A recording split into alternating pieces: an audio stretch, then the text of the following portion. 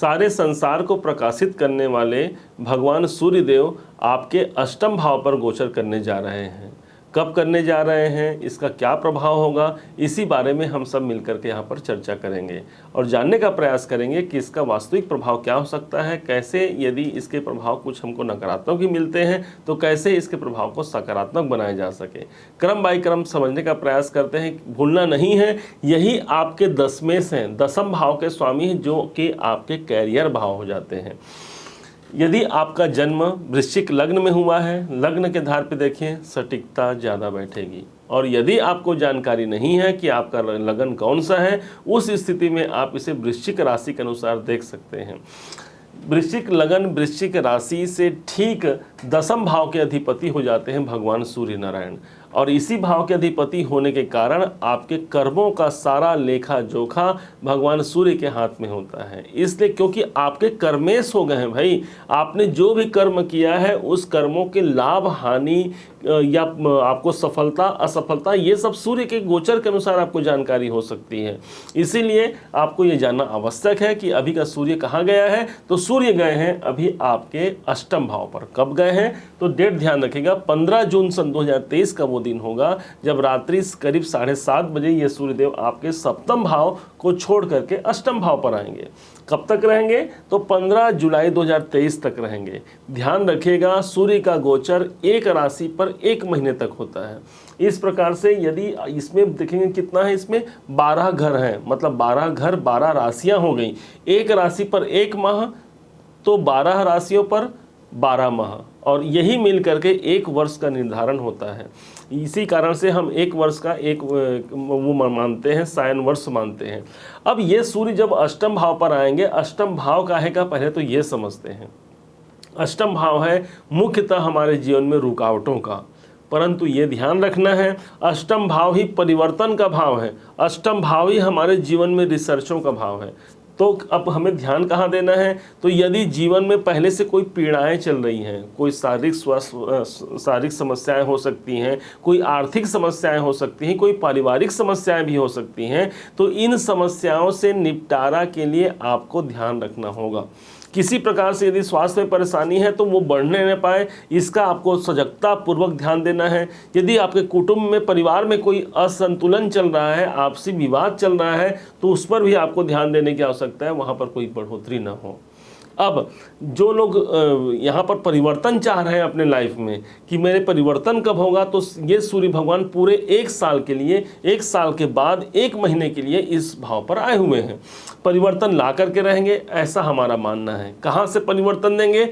परिवर्तन देंगे जिस भाव के स्वामी हैं और जहाँ उपस्थित हैं। तो किस भाव के स्वामी हैं भाई? तो आपके दशम भाव के स्वामी हैं। 5 नंबर है मेष वृष मिथुन सिंह, मेष वृष मिथुन कर्क सिंह। सिंह के स्वामी हो गए सूर्य, और सूर्य देवता ही आपके दशमेश हो गए। तो जो लोग अपने जीवन में ये चाह रहे हैं भाई कि मेरे करियर में कब वो परिवर्तन कब आएगा, तो ये वो टाइम होगा करियर में परिवर्तन लाने का।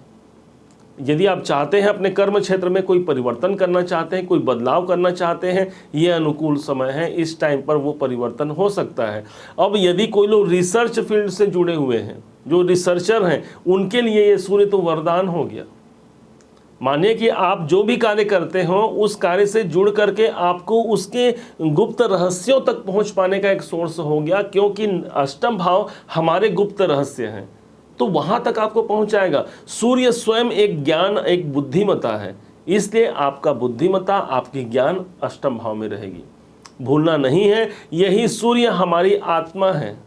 हमने एक वीडियो बनाया था कि आपकी आत्मा कहाँ है, तो अभी गोचर के दौरान आपकी आत्मा कहाँ है तो बुध कहाँ पर है, तो बुध अष्टम में, तो आपकी आत्मा रिसर्च को और ज़्यादा जाएगा। आप देखेंगे जिस कार्य से आप जुड़े हैं उसमें आप जुड़ जाएंगे, भिड़ जाएंगे। डीप वर्क का स्थान होता है, कैसे मैं गहन कार्य कर सकूं, गहन अध्ययन कर सकूं।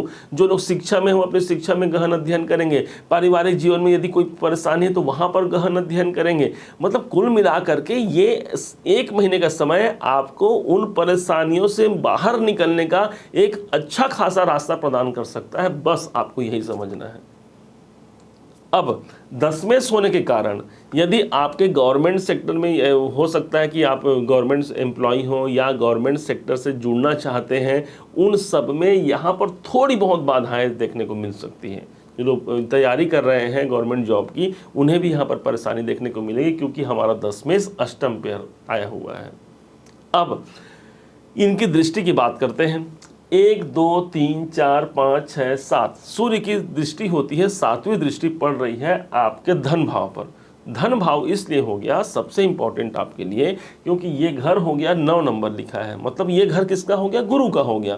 अब सूर्य का ध्यान रखेंगे, सूर्य कोई भी ग्रह किसी घर को दृष्टि दे रहा है तो वो घर उनके मित्र का है, शत्रु का है, इसको आपको ध्यान रखना है। तो यहाँ पर सूर्य का ये मित्र है कि शत्रु गुरु, तो गुरु इनके मित्र हैं, तो इसलिए मित्र भाव की दृष्टि इस भाव को उजागर करेगी।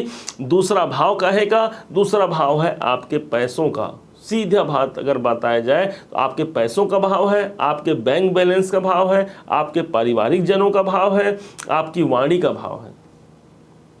यहाँ पर सूर्य की दृष्टि आना आपके, ये देखिए अष्टम भाव रुकावट है, और रुकावट भाव से अगर देखते हैं धन भाव को, तो आपके लिए क्या है? ये सूर्य क्या है? आपके लिए योग कारक है, क्योंकि आपके लग्नेश के मित्र हैं, आपके राशि के स्वामी के मित्र हैं, इसलिए योग कारक होने के कारण आर्थिक मामलों में कोई परेशानियां हैं, उस मामलों का वो निपटारा करेंगे।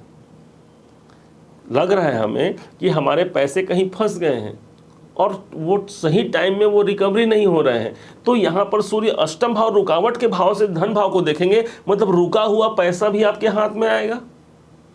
लॉजिक आप समझिएगा, और तभी ये सारे ज्योतिष जो ग्रह हैं ये पूरे लॉजिक पर चलते हैं, और जब उसको आपने समझ लिया, जान लिया, तो आपके कार्य बनने प्रारंभ हो जाएंगे।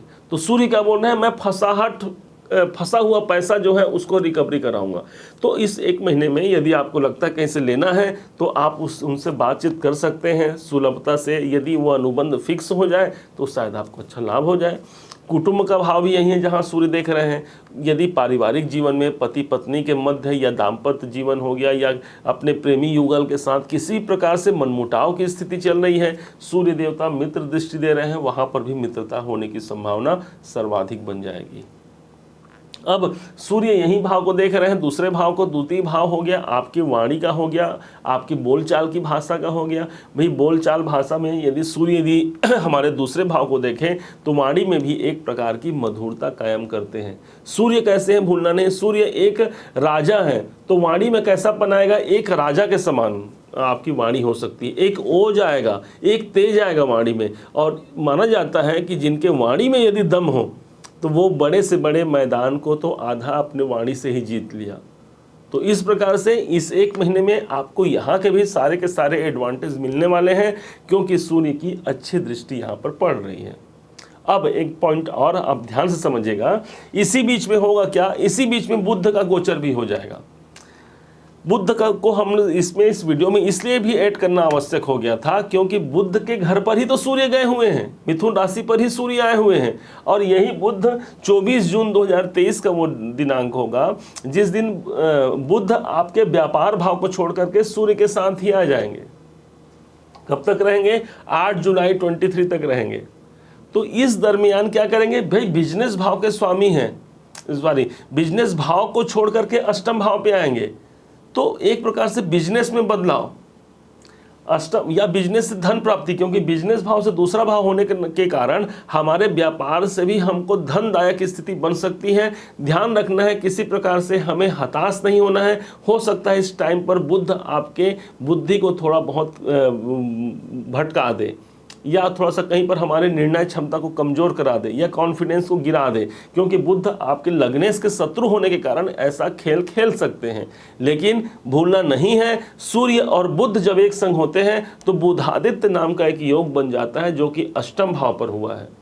तो इसलिए इस 1 महीने के दौरान आपके जीवन पर एक परिवर्तन का दौर लेकर के आ रहे हैं। विशेष तौर पर आपके कर्मों का, आपके कैरियर में आपने जो प्रयास किया है, उन प्रयासों का एक प्रतिफल देने के लिए यहाँ पर सूर्य देव आ रहे हैं। बस आपको इतना ही समझना है। कैसे इस सूर्य भगवान से और ज़्यादा प्रेरणा ली जा सकती, कैसे इनके और प्रॉफिट लिया जा सकता है, तो माना जाता है जपा कुसुम संकासम कास्य पेयम महाद्युतिम तमो अरिम सर्व पापघ्नम प्रणतो अस्मि दिवाकरम।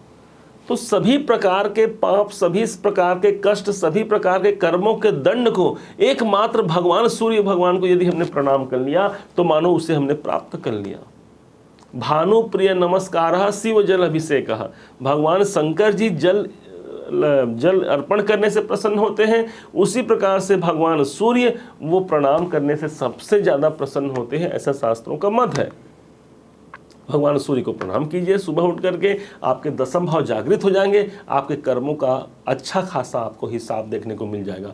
आपके नौकरी इत्यादि में भी एक अच्छा ग्रोथ की स्थिति बना देंगे, क्योंकि 10वें से आपके कोई भी कार्य, देखिए दसम भाव तो आपका कैरियर हो गया ना, आपके कर्म हो गए, तो उसके हमारे कैरियर के अंतर्गत ही आता है हमारा व्यापार, और उसी के अंतर्गत आता है हमारा नौकरी। अब इन दोनों में से जो भी भाव को हमको बढ़ाना है, मतलब सीधा सीधा संबंध हमको दसम को बढ़ाना पड़ेगा, और 10वें कौन हो गए तो सूर्य हो गए। तो सूर्य लाइफ टाइम, यदि आपको कैरियर को अच्छा बनाना है तो लाइफ टाइम अपने पूरे जीवन पर्यंत आपको भगवान सूर्य का आश्रय जरूर लेना चाहिए। और भानुप्रिय नमस्कार, सूर्य को प्रणाम कीजिए, आपको कृपा मिली। विलंब तक सोते हैं यदि, तो अब वो आदत त्यागनी पड़ेगी भाई। माना जाता है यदि जो जल्दी उठे तो उससे सभी कार्य भगवान पूर्ण करते हैं। सूर्य उठने से पहले, यदि सूर्य के आने से पहले यदि हम उठ जाएं तो और अच्छा है, लेकिन उतनी जल्दी आप नहीं उठ पाते तो कम से कम कोशिश कीजिए कि सुबह 6 बजे तक तो उठ ही जाएं, और उठ करके उगते हुए सूरज को देखना और उनको प्रणाम करना, इस आपके 10वें सूर्य को बहुत ज़्यादा उन्नतिशील बना सकता है आपके जीवन को। अब बुद्ध के भी उपाय समझ लीजिए, क्योंकि बुद्ध भी इनके साथ में रहेंगे। बुद्धादित्य राजयोग का शुभ फल आपको लेना है भाई, तो इसलिए ये बुद्ध आपके लाभ भाव के स्वामी हैं, आपके लाभेश हैं, इसलिए माना गया है भगवान गणनायक की पूजा। हरा हरा दूबी तोड़िए बुधवार के दिन और इसे भगवान श्री गणेश पर अर्पण कीजिए। एक एक दूबी पर ओम गंग गणपतये नमः, एक दूबी लीजिए, फिर ओम गंग गणपतये नमः। इस प्रकार से 11 दूबी आप अर्पण करते हैं, आपके मुख से 11 बार भगवान श्री गणनायक का नाम निकलता है। विघ्न हरण मंगल करण गौरी पुत्र गणेश। तो इस प्रकार से आप गौरी के लाल को यदि प्रसन्न कर लेते हैं तो जीवन में ये बुद्ध को प्रभावित कर देंगे। दूबी क्या है? दूबी हरा है और वो सीधा सीधा कनेक्शन रखता है बुद्ध से। और आपने भगवान अपने विघ्नों को मानो कि आपने भगवान श्री गणेश को दे दिया, और विघ्न हरण मंगल करण, तो मंगलता आपको प्राप्त हो गई। तो इस प्रकार से आप इसे ज़्यादा सुरक्षित ढंग से अपने जीवन को उन्नत बना सकते हैं, कर्मों का प्रतिफल ले सकते हैं और लाभ प्राप्त कर सकते हैं, साथ में परिवर्तन का योग तो बनता ही है। उम्मीद है आप सबने इसे समझा है, जाना है। यदि आपने इसे समझा है, मेरे समझाने का प्रयास में आपको यदि सार्थक लगा हो तो अपना हर बार की भांति अपना प्यार देना मत भूलिएगा। आपका लाइक और कमेंट ही तो है जो हमें भविष्य में बहुत सारे कार्य करने के लिए प्रेरणा प्रदान करते हैं। और यदि अभी तक आपने चैनल को सब्सक्राइब नहीं किया है तो सब्सक्राइब भी कीजिएगा। पुनः एक बार फिर आप सभी का दिवस मंगलमय हो, इन्हीं शुभकामनाओं के साथ। जय सूर्यदेव।